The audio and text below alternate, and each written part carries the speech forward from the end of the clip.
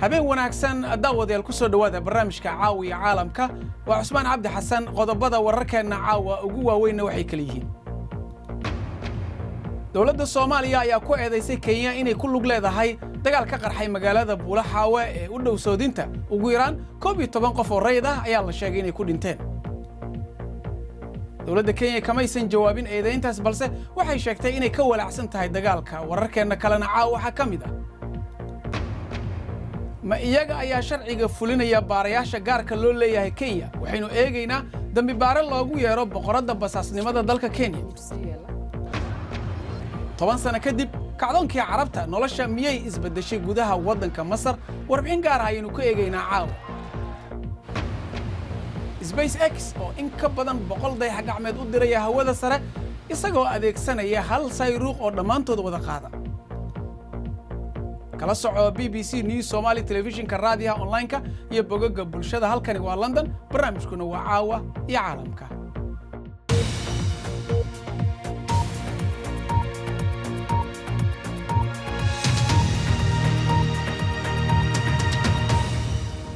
aan ku bilaabano barnaamijkeena caawa degmada Buulaxaawe ee gobolka Gado ugu yaraan 11 qof oo 5 kamid ah ay carruur yihiin ayaa ku dhintay halkii 24 kalena ay halkaasi ku dhaawacmeen dagaal culus oo u dhaxeeyay ciidamada dawladda federaalka iyo kuwa maamul goboleedka Jubbaland dagaalka waxa uu ka bilowday xalay saqdi dhexe ilaa iyo maanta duhurkiina waa uu socday isagoo lagu dagaalamay oo dagaalka ka dhacay daafaha iyo gudaha magaalada saameyntiisana waxa la sheegay in laga dareemay dhinaca dalka Kenya magaalada Mandera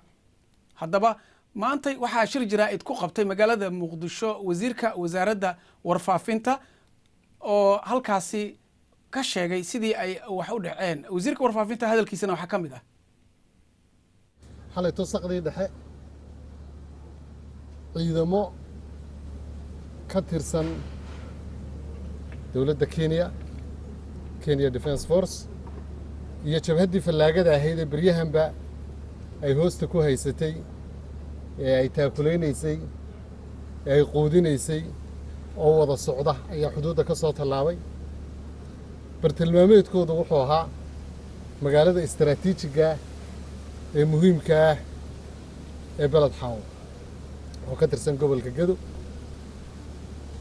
duulaanka ay soo qaadeen fallaagada iyo ciidamada Kenya wada socda waxay ugu tala galeen inay ku qabsadaan magaalada Buulaxaawe iyo gobolka Gado taas oo ku noqonaysa dhabarjab iyo qaranjab madax bannaanida iyo jiritaanka Jamhuuriyadda Federaalka Soomaaliya wasiirka warfaafinta Cismaan Abubakar Dubbad ayuu kaasi ahaa sida aad maqasheen dawladda Soomaaliya waxay eedeysay dalka Kenya oo ay sheegtay inay ku lug leedahay dagaalka magaalada Buulaxaawe haddaba wariyaha BBC-da Nairobi Samira Cabdullaahi Jaamac ayaa si toos ah qadka ugu jirta Samira eedaynta wasiirka Kenya u soo jeediyay waad la socotay marka dawladda Kenya maxay eedayntaasi ka tiri dawladda Kenya si toos ah eedeyntaasi ugama aysan jawaabin balse waxay goordhow soo saartay warqad ay u direyso guddiga midowga Afrika taas oo ay ku sheegtay walaaca ay ka qabto dagaalka ka dhacay Buulaxaawe oo dhinacyo badan ay walaaceeda ka muujisay waxaana kamid ah in dad ay soo barakici karaan oo ay soo gali karaan dhanka iyo Mandera iyadoo xiriyaha qaxootiga ee dalkani Kenya ku yaala ay la liicliicayaan qaxooti Soomaali ah waxay kaloo warqada walaaca ugu muujisay dalkani Kenya ay ku sheegtay in ammaanka gobolka ay wax weyn u dhimi karto xiisada ka taagan magaalada Buulaxaawe oo iyadu xuduud dhow la leh gobolka waqooyi bari gaar ahaan magaalada Mandera dhanka kale dad aan la hadlay oo kamid ah dadka degan magaalada Mandera ayaa waxa ay ii sheegeen in ay maqlayeen dhawaqa rasaasta ka dhacaysay Buulaxaawe oo xitaa qaar kamid rasaastaasi ay soo gaareysay guryaha ku yaala dhanka xuduudda Mandera halkaas oo qofkaas deegaanka ah uu ii sheegay in ay dadka isaga barakaceen waatay Samira saad sheegtayba saamaynta way soo gaartay dhinaca Kenya marka wax badan oo halkaas aad ka maqashayna way jirtaa marka maxaa u dambeeyay xagga khasaaraha dadka soo gaaray ama ilaa hadda wixii ugu dambeeyay oo aad adigu maqashay dhanka Mandera wax khasaaro la xaqiijin karo ma jirto maadaama qofkii deegaanka la hadlay uu ii sheegay in qadka uu go'an yahay tan iyo markii maanta uu dagaalka ka bilowmay ama xalay saqdi dhexe uu ka bilowmay magaalada Beled Xaawo ee gobolka Gado laakiin dhinaca Beled Xaawo khasaare ayaa jira oo dhimasho iyo dhaawacba leh dhaawaca qaarkiis ayaa wararka qaar waxay sheegayaan in la keenay dhanka iyo Mandera walow aanan xaqiijin karin sida saxda ah ay wax u jiraan aad baad u mahadsan tahay Samira Cabdullaahi Jaamac oo stuudiyaha Nairobi si toos ugu jirtay waa mahadsan tahay Samira hay-adda baaritaanka ee gaarka loo leeyahay dalka Kenya waa midda ugu weyn Afrika iyadoo booliska dalka aan si qoto dheer loo aaminin ayaa qaar badan waxa ay u jeesteen dambi baarayaasha gaarka ah si ay cadaalad u helaan khubarada ayaa qiyaasaysa in hay-addan qarsoodi ay ku kacayso malaayiin dollar laakiin iyadoo aanan la haysan tababar ama lahayn tababar rasmi ah ama sharciyeyn qaar baa ka baqaya in kooxdan sirdoonka ah ee sida qarsoon sharciga ay gacanta kula wareegaan Bushra Nuur ayaa warbixintan eegaysa Kenya gudaheeda kalsooni darro weyn oo lagu qabo booliska ayaa ka jirta dadka qaarna waxay u jeestaan oo ay aadaan baarayaasha gaarka ah iyagoo raadinaya cadaalad Jane Mugo ayaa ka mid ah waa haweeneyda ugu caansan Kenya ee qaybta dambi baaris dadka ayaa u yimaada iyagoo doonaya macluumaadka ku saabsan khiyaanooyinka lamaanaha waxyaabaha la xado iyo sidoo kale dambiyada rabshadaha leh guud ahaanna waxay ku qiyaastay kooxdeeda inay xallisay in ka badan 300 oo dacwadood waan jecelahay shaqadayda waxaan jecelahay cadaaladda waana u dhashay waxay ku jirtaa dhiigayga laakiin Jane waa shakhsi muran badan ka taagan yahay oo waxaa mar dhexdaas lagu eedeeyay inay baad qaadatay Private investigator Jane Mugo has been listed as a wanted criminal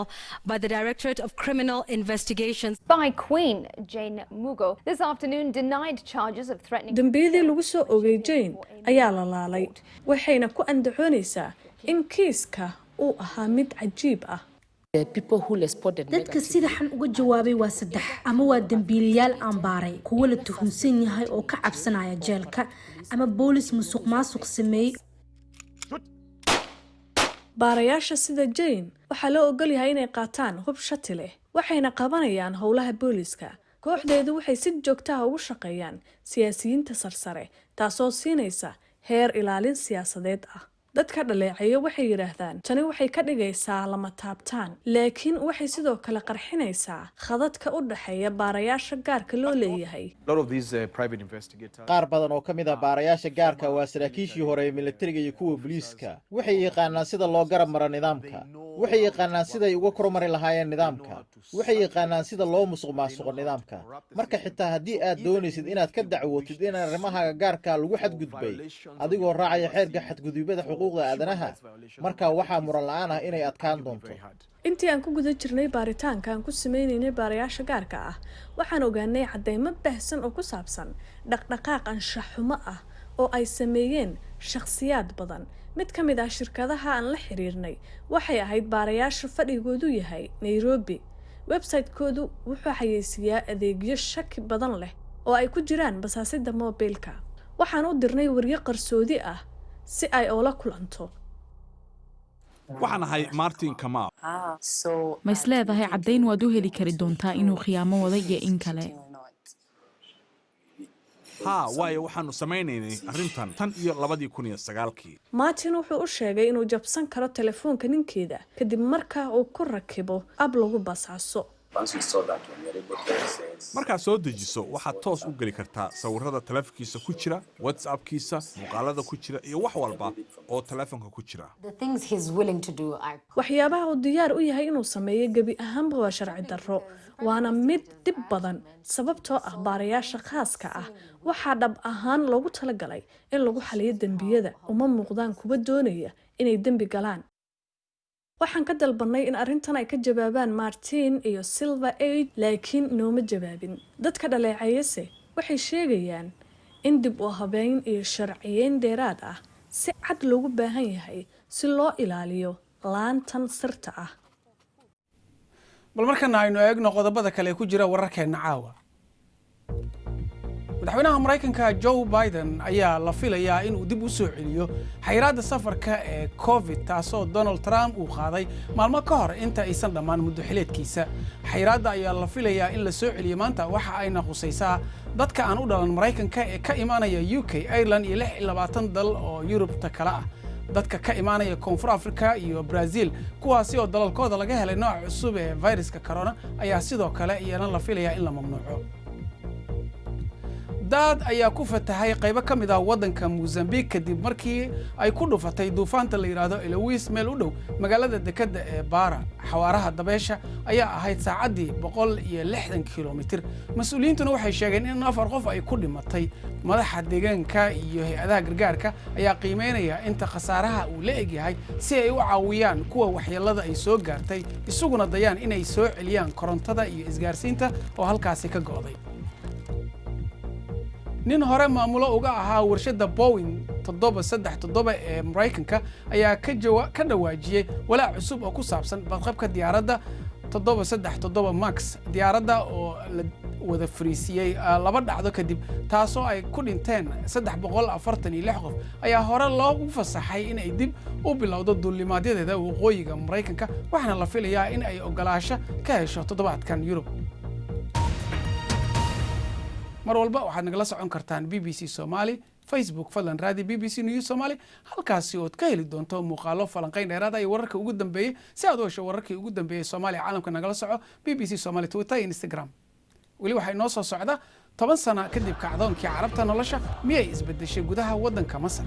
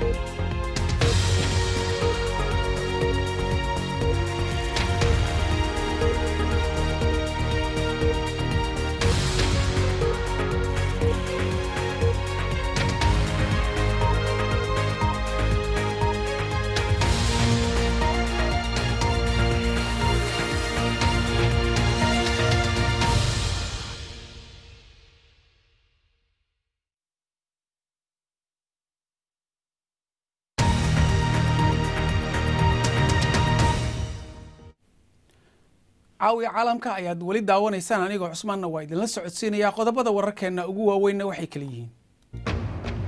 dowladda Soomaaliya oo ku eedeysay Kenya inay ku lug leedahay dagaalka ka qaxay magaalada Balad Xaawe ee u dhow Soodinta ugu yaraan 11 qof oo rayid ah ayaa la sheegay inay ku dhinteen. ma iyaga ayaa sharciga fulinaya baarayaasha gaarka loo leeyahay Kenya waxaynu eegnay dambi baare loogu yeero boqoradda basaasnimada dalka Kenya. mas'uuliyiinta waxbarashada ee Jamhuuriyadda Iskeed madax bannaanida ugu dhawaaqday ee Somaliland ayaa la sheegay in ay bilaabeen howlo ay kor ugu qaadayaan waxbarashada gobolada iyo degmooyinka ka durugsan magaalada Hargeysa oo ay yareyd fursadaha waxbarasho ay helaan ubadka deegaanadaas ku nool. wariyaha BBC-da Hargeysa Sadiiq Maxamed Burmad ayaa warbixintan Hargeysa ka soo diray. dhammaantood degmooyinka dalka ayaa laga kala dhisayaa. dawladdu oo aan cid la kaashanaya ku bixinaysa $1 milyan oo dollar. 31 iyo kana ku dar 32 dhisme miisaaniyadii dawladda ayaa laga dhisay iyadoo aan shilin meel kale laga soo darin. intooda badan waa meel aan iskuul lahayn. waxa ku jira meelo ardaydu ay istul fuushanaayeen. haddii si kale loo yiraahdo arday waliba waa inuu helo ugu yaraan 1 mitir oo laba jibaaran oo wax ku barto waliba xilligan ay xanuun jiraan. dugsiyadan cusub waxa wax ka baran doona 75,000 oo arday sida wasaaradda waxbarashadu ay sheegtay. waalidiinta deegaanadaasi ayaa sidoo kale sheegay in fursadan ay in badan sugayeen. deegaanka Biyaashiino uu xukuma waa deegaan balaaran waxaan u baahnayn maanta noogu horeysa iskuulka inta soo kala soo dhisan qayb dhan baan gacanteeda ku dhisnay oo anagu jeebkayga ka bixinay. xukuumadda kulmiye waxaanu eegaynay inay noo soo dhawaato way bilaabantay in la kordhiyana waanu doonaynaa. ardayda markii u horeysay waxbarasho ka helaysa fursadan ka soko waxa iyagana culays kaga yaraanaya ardayda Hargeysa u iman jirtay si ay wax u bartaan kuwaas oo imika deegaanadoodii ku laaban kara oo ay waxbarasho ka heli karaan. Sadiiq Maxamed Burmad, BBC, Hargeysa. 10 sano ayaa ka soo wareegatay ilaa markii masaarida ay wadooyinka isugu soo baxeen si ay u ridaan madaxweynihii muddada dheer dalkaasi xukumayay ee Xusni Mubaarak. kacdoonka ayaa qayb ka ahaa dhaqdhaqaaqii dimuqraadiyadoonka ee ka bilowday dhulka Carabta kaasoo meelo waaweyn aad looga dareemay si loo soo afjaro maamuladii dhibka badnaa. inkastoo Mubaarak uu xilka ka degay qaar badan ayaa aaminsanaa rajada Masar oo dimuqraadiyad ah balse inay burburtay. kooxaha u ololeeya xuquuqda aadanaha ayaa marar badan dhaleeceeyay xayiraadaha adag ee xorriyatul qowlka ee uu soo rogay maamulka madaxweynaha haatan xukunka Masar haya Cabdulfataax al-Sisi. balse saraakiisha Masar waxay aaminsan yihiin in Mr. Sisi uu xasaarad ka ilaalinayo wadanka. wariyaha BBC-da Sali Nabil ayaa Qaahire ka soo dirtay warbixintan. Samiira Cabdullaahi Jaamac ayaana soo jeedinaysa. waa fagaaraha taxriir ee Qaahira 10 sano ka hor kacdoonkii rajada 18 maalmood gudahood Xusni Mubaarak waa uu tegay kadib 30 sano oo uu xilka hayay. sanadihii xigay Masar waxa ay gashay xaalado adag oo siyaasadeed balse maxay noqotay riyadii weyneed ee dimuqraadiyadda xorta ah. wixii dhacay 7 ama 8 sano ka hor ma ahan inay soo noqdaan mar kale. madaxweynaha Masar Cabdulfataax al-Sisi oo ay taageeraan militariga ayaa ka ambaqaadaya kacdoonkii January waxa uu arkaa inay sabab u ahayd dhibaatooyin badan oo siyaasadda iyo dhaqaalaha ee ay Masar wajahday. hase yeeshee dibadbaxayaasha sida Maxamed ma eedeynayo kacdoonka waxa uu isaga hayaamay Masar kadib bilooyin uu xabsi ku jiray sabab la xiriirta inuu ka qayb qaatay dibadbaxyadii dawladda lagaga soo horjeeday. lagama adkaan kacdoonka ee waxa aan wajahaynaa cadadis nooga imanaya dawlad doonaysa inay meesha ka saarto waxyaabihii noo hirgalay. waxaan weydiiyey rajadiisa haatan iyo xilligii hore. waxa kaliya aan ku rajo weyna ayaa ah helidda dimuqraadiyad xor ah balse hadda waxaan doonayaa oo kaliya inaan dib ugu laabto Masar. 2013 Mr. Sisi iyo wasiirkii difaaca ayaa hogaaminayay afgambigii militariga oo xukunka looga tuurayay Maxamed Mursi oo islaamiyiinta taageersana waxaana uu noqday madaxweynihii ugu horeeyay ee si dimuqraadi ah dalkaasi loogu doorto. xilka tuuristii Mr. Mursi ayaa timid dibadbaxyo waaweyn oo looga soo horjeeday xukunkiisa tan iyo xilligii madaxweyne Sisi uu xilka qabtay kooxaha u ololeeyay xuquuqda aadanaha ayaa ka digay 10,000 kun ee maxaabiista siyaasadeed ah balse dawladda ayaa marar badan beenisay taageerayaasha Mr Sisi waxay aaminsan yihiin in si fudud uu dalka u badbaadiyay xorriyatul qowl aan xuduud sharci lahayn ma ahan wax u wanaagsan waddan walba ka hor 2011 ma jirin qof cabsi ku dareemay Masar gudaheeda masaarida muhiimadooda ugu horeysa haatan waa amniga kadib xasilooni dhaqaale kadibna dimuqraadiyad iyo dhaqan siyaasadeed wariyayaasha meel wanaagsan uma ahan Masar ayaa gashay mid ka mid ah wadamada caalamka ee wariyayaasha ugu badan lagu xiray Khalid waa aasaasaha 3 wargeys oo lagu daabaco wararka dhammaantood hawada ayaa laga saaray waa casrigii ugu xumaa ee soo mara saxaafadda Masar dawladda ma doonaysa inaan hadalno balse waxa ka haray riyadeennii waa inay jiraan saxafiyiin diyaar u ah in ay shaqeeyaan kacdoonkii 2011 waxa uu weligiis ahaanayaa xasuustii baaqi ugu xoogganaa ee lagu dalbanayay isbeddelka laakiin xorriyadda haatan waxay u muuqataa riyo aad u fog xitaa wejiga hore ee fagaaraha taxriir waa la beddelay dib u rinjiyeen ayaa lagu sameeyey leerarna waa lagu xirxiray balse rajo badan ayay meesha ka saartay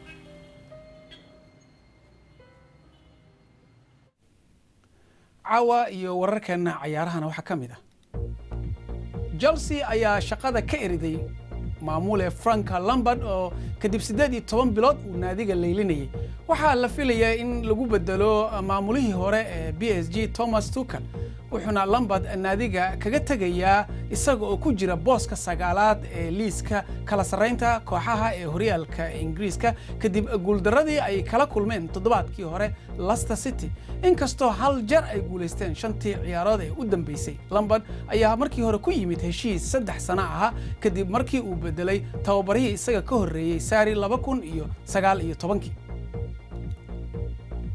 dhinaca kubadda cagtana rigooradii Bruno Fernandes ee daqiiqadii 78aad ayaa keentay guusha ay heleen Manchester United ee 3-2 ahayd ciyaartii Old Trafford iyaga oo iyo Liverpool ciyaaro kale oo waxaana guuleystay oo xalay dhacay waxa kamid ahaa Chelsea iyo Leicester iyo Everton caawa iyo FA Cup-kana waxa is arkaya naadiga halka ugu hooseeya kaga jira ee la yiraahdo Wycombe iyo Tottenham labadooduba midkii soo baxa waxa ay wareegga shanaad is arkayaan Everton dhinaca tenniskana xiriirka tenniska haweenka waxa ay sameeyeen tartan ciyaartooyda u gaar ah oo aysan awoodeyn in ay ka baxaan qolalkooda inta lagu jiro karantiilka tartanka Australia Open xulista 28 ciyaartooy ee soo baxa ayaa 3 February bilaabanaya waxaana la filayaa in ay ka mid noqdaan ciyaartooyda la filayo inay ciyaarahaasi soo galaan waxa kamid ah gabadha la yiraahdo Victoria Azarenka iyo Heather Weston iyo kuwa kale in ka badan 100 aaladaha satellite-ka ayaa si saani ah loogu diray hawada oo xambaarsan yahay hal dayax gacmeed taas oo ka dhigaysa howlgalkii ugu ballaarnaa ee hal mar la sameeyo balse yay tahay shaqadooda in ay kormeeraan duulimaadyada satellite-ka marinkooda uu ciriiri soo noqonayo Junaydi Faarax ayaa ka waramaya 3 2 1 0 ignition dayax gacmeedyadii SpaceX ee ka kicitay xarunta Cape Canaveral ee Florida ayaa ahaa kuwo cajiib ah oo jabiyay rikoor cusub waxay qaadan jirtay muddo sanad ah in 143 dayax gacmeed loo diro hawada sare balse weli ma dhicin inay mar qura wada kicitimaan dayax gacmeedyadan ayaa howlo kala duwan u qaban doona macaamiishooda qaar ayaa loo adeegsan doonaa tayeenta internetka halka tobanaydo satellite ahina loo isticmaali doono inay dunida cidhifkeeda sawirro ka qaadaan sida muuqaaladan loo sameeyey shirkaddan ka howlgasha San Francisco ee Planet waxay sumadaynayaan arliga oo dhan iyaga oo raadinaya isbeddel sida iyada oo gacan ka siin karta in beeralaydu ay fahmaan dalagga u soo go'i kara iyo in lagu garan karo goobaha ay ka dhacaan dhul xaalufinta waxaana iyana isticmaala hay-adaha samafalka si ay uga falceliyaan marka daadadku ay ku dhuftaan dhulka ama kaymuhu ay dab qabsadaan hadda waxaa dusha sare ee adduunka ku dul heehaabaya kumanaaniya dayax gacmeedya oo halkaasi howlo kala duwan ka wada taasina waxay keentay walaac xagga fayadhowrka ah dhammaan dayax gacmeedyadani waxay isaga gooshaan jiho walba iyaga oo ku socda xawaare gaaraya 18,000 oo mayl saacadiiba cariiriguna waa uu sii badanayaa oo iminka waxa ay khatar ugu jiraan in ay isku dhacaan. Dayax-gacmeedyadani cusubna ma aha kuwo la saadaalin karo jihadooda. Caqabadda dhabtahi waxa ay tahay inaanay jirin cid u kala hagaysa sida diyaaradaha loo kala hago oo kale. sababtuna waxay tahay waxaa hadda laga joogaa muddo 50 sano ah markii ugu dambeysay la daabaco shuruud ku aadan xagga hawada sare. Horaantii bishan shirkadda Virgin Orbit ayaa tijaabisay in gantaalo laga soo buuxiyo dayax-gacmeedyo laga gemi karo iyada oo la adeegsanayo diyaaradaha waaweyn ee jumbo jetka. Stage 2, Cape Canaveral expected. xilli ay balaca iyo qiimaha lagu samaynayo dayax-gacmeedyada ay hoos u sii dhacayaan ayaa waxaa soo taraya baahida loo qabo in la gaaro cirifyada samada meelihii ugu fogaa iyadoo kor uu ku imaanayo cadadka duulimaadyada. haddaba adduunku miyuu wajahayaa kobaca dhaqaalaha dayax-gacmeedyada iyadoo khatar la gelinayo ciriiriga hawada sare? ugu dambayntiina caawa waxaan idin haynaa nin galay isbitaal ku yaala waddanka Turkiga oo eygiisa albaabka uu ku sugayay 6 maalmood. eyga oo la yiraahdo Bonjok waxa uu fariistay albaabka isbitaalka iyada oo ninka iska leh eygana laga daaweynaya maskaxda. Markii uu soo baxay ayuu farxad weyn ku soo dhaweeyay. xusuusnaa wararkii ugu dambeeyay ee BBC Somali waxaad ka heli kartaan bbc.com/somali.